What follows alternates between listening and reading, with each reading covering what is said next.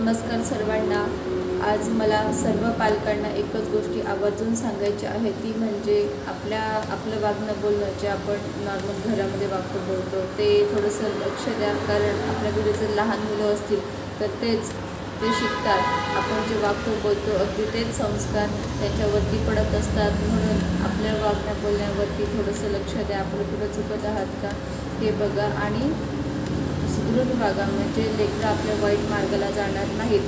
आणि सगळ्यात महत्त्वाचं, आपला धर्म सोडून परकीय धर्माशी पंथाशी जास्त जवळीक ठेवू नका. आपल्या लेकरांवरती पण लक्ष ठेवा. ते कोणा चुकीच्या संगतीत तर नाही आहेत ना, कारण उद्या आपल्याला काही अडचण यायला नको, बरोबर. आणि आपल्या चांगुलपणाचा लोक खूप गैरफायदा घेतात, शक्यतो मुलींचा.